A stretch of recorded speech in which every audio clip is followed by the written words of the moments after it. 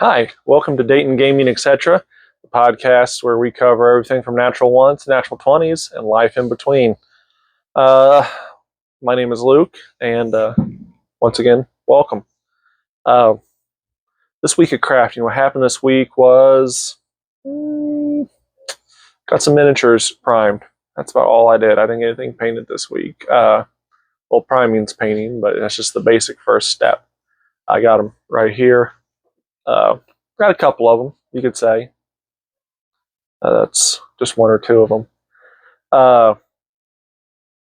This past Tuesday, we played Tanks Against the Apocalypse again. Had a super fun time. Somehow the dice were in my favor, and I ended up winning that round of combat. I don't know how that happened, but it was fun. I got a lot of. It's just a really fun game. Just rolling around with those tanks there. It's fun. There was you have secret objectives that you have to do every time too, as well as the main objectives. And I happened to get complete both of mine and get some of the objectives off the table, which really helped. I guess get the points scored up for me. It was just a really fun time. There was some discourse at the end about some of the rules because we're kind of adding our own rules to it, but it was cool because with our group, we're able to sit down and talk about it. That's what you got to do if you have discourse at your table, at the wargaming table, the role-playing game table. Talk about it. Don't just sit there and fume about it. Talk about it. That's really the best way to get it taken care of, because if not, it'll sit there and fester, and it is no good whatsoever when that happens. It's really quite sad when some of that stuff happens, but you'll have it from time to time, but most of the time we do gather around and we do talk about it and we discuss it and get through it like adults. And it's super helpful if we do that. And yeah, it was a fun game. I got to level up my tank. So level 1 now, and I'm working on getting to that level 2 status and get some more cool stuff. I'm working also on Gen Con prep, like what shoes I'm taking, what I want to wear. Waiting on my ticket to get here in the mail. That's always fun when it arrives. You got to sign for it and stuff like that. But Gen Con is going to be exciting this year. I've only ever taken like one other person with me at a time, well, except for last year with my wife and my daughter. This year, there's going to be, I believe, 7 of us from our Tuesday night group going. That'll be real fun to go hang out with those guys there. I'm bringing my own water, definitely. Pro tip for all you going Gen Con.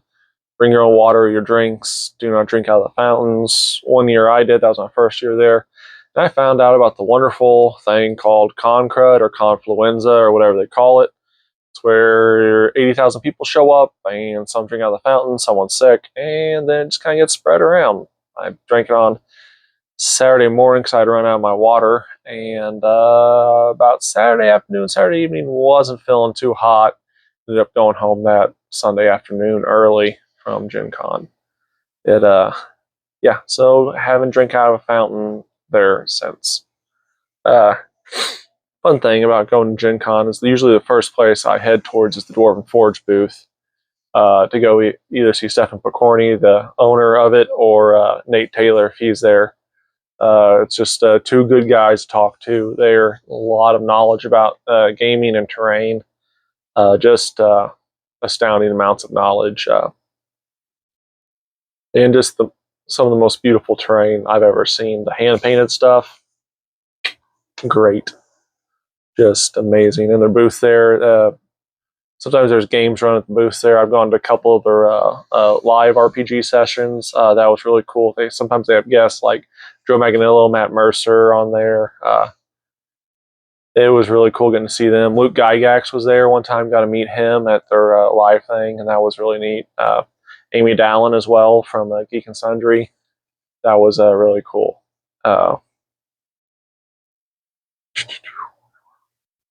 Yeah, and then just walking around there, it's a neat. Ivan Van Norman was one guy I ran into. He had wrote a book, ABCs of D&D. It's now RPGs, and it's when they have the 1, 2, 3s of that as well. He signed one of the books for my daughter before she was born. It was really really a cool thing. And I told her about it whenever she was old enough to understand who it was written to, and if I can get the other one signed this year for my other daughter. And then going to Critical Role stuff there, that's too cool too. I found Critical Role at a pretty interesting time in my life, and I was looking pretty grim at things, and it really helped get me out of a dark space, and kept finding this chapter after chapter adventure. It was really cool, and I actually accidentally one year bumped into Matt Mercer on the floor, and he was cosplaying his character from the Fear RPG that he played, and it was really, so I bumped into him. I got to tell him my story about how I got involved with Critical Role, and it was really, really neat to get all that accomplished there and get to talk to him about it. And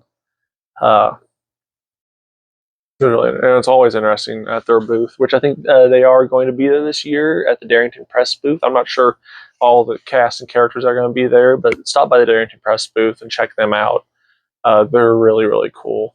Another thing about Critical Role is the critter community. Critters, for those of you that don't know, are the fans of Critical Role. My first year at Gen Con, I got to meet a friend of mine. His name's Jim, and his wife Allie. And I had missed the tickets for one of their panels at Gen Con, Critical Role. And I posted on Facebook, I was like, hey, does anyone at Gen Con have this? And they popped up on the fans or the Critters of Gen Con page, and they said, hey, we got a ticket here. I met up with them, and they gave it to me for free, and that was really nice. And it was just kind of seen them here and there at Gen Con in a year or two, but have them on Facebook now. I'm going to talk to them. And actually, Jim is the head of a company known as Roundtable Marketeers. It's a play on the Three Musketeers. If you need anything for marketing, go talk to them. They're awesome there, and they're saying that they have is think outside the box, think around, which is just really helpful. But that's just a very neat saying there. But just back to the critter community, it's awesome. It was just haven't met a bad one yet. Got to go to the live shows. It's an awesome thing sitting there at the live shows at Critical Role, and you hear the thousands of people in the theater just singing the theme song, and it's pretty interesting moments there. It's cool. Once again, that is a Roundtable Marketeers. Go check them out if you need anything in the marketing world. Go see what they're about. I have likes and dislikes for Critical Role. I got onto it when they were both streaming. The first live episode I watched was the Thordak fight. I had found it and started watching it on YouTube, and it was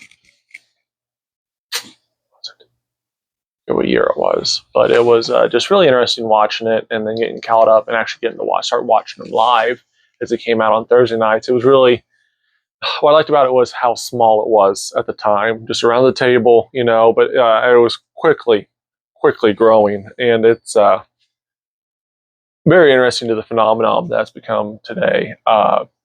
They've had one of the most, if not the most successful Kickstarter for their animated show. I think they wanted, $70,000 for their 90-minute animated special. Ended up getting over 11 million, and now they just got renewed for their third season on Amazon Prime of their animated show. And I heard they're getting a second show as well for the Mighty Nine. That's going to be awesome. It was just awesome how the community just showed up and blew it through the roof. It was amazing. I think everyone was pleasantly surprised and amazed at how well that Kickstarter campaign went. It's really cool. I got some friends I met at a game shop that has since closed down, but just found out through our love of Critical Role and have developed friendships, and some old friends I hadn't talked to in a while, and found out that they liked it too. And it was cool. I like the story element of it. There was some parts where it's like, like everything, there's slow parts to it, and I had stopped watching it for a little bit, and I hopped back in and got caught up. And if anyone watches Kirkle, you know how hard it is to get caught back up with the length of the episodes. But it's cool, and I'm with my new job. I drive everywhere, so I have a lot of podcasts I listen to, and that is my Thursday morning podcast. Whenever it comes out from the week before, I'm listening to it a week behind right now because due to the audiobooks and other podcasts I listen to, it just time-wise, I don't really have time to watch it live, and I get up earlier now, so I can't watch it live at night because it starts at 10 o'clock our time here, and it could be anywhere from 2.5 to 3 hours later, and I can't stay up that late anymore. I'm getting old. But it's just still a very fun fandom to be a part of. And the cosplays they have, amazing. Some of the most beautiful cosplays I've ever seen. Particular a particular fan of Percy. He was I'd say one of my all-time favorite characters from the show. And of course, Grog Strongjaw. It's really cool. I'm still debating on my favorite from the third season right now. Second season favorite would probably have to be Molly for the first half, and second half would be Caduceus. I know it's a Taliesin Jaffe thing, I guess. I don't know. He's a pretty cool guy. I talked to him on the floor once. That was neat. There at Gen Con. And I said just the live shows, the energy there was just immaculate, especially like where they bring out special guests. One year, Carrie Phaeton showed up as his character, and that was awesome. The crowd went wild. It was so loud in there, my eardrums. I was sitting way up high. My eardrums were vibrating from all the noise. It was pretty much. And Sam's costumes at every live show, that's just a whole thing in and of itself. But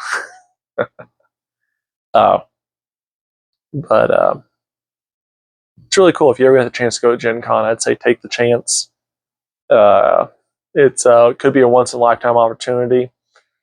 Even if it's board games, tabletop games, card games, anything you can do on the tabletop, it's awesome. I really just enjoy it up there. It's my has been my vacation for a couple of years. I've got to take a couple of other vacations, but that's my set in stone vacation every year. It's really been really interesting, real fun. I'm looking forward to this coming week of Tanks of the Apocalypse on Tuesday. Once I get all my stuff leveled up, and that'll be fun. Really looking forward to that. And one thing, again, I'm going to go back to my Tuesday night group and just how cool it is to be part of that. And just we had some really actually very intense conversations about life. And I know what I mean by intense. It was deep and thoughtful. And I really appreciated that last night. It really got the gears going in my head. And just thinking about it,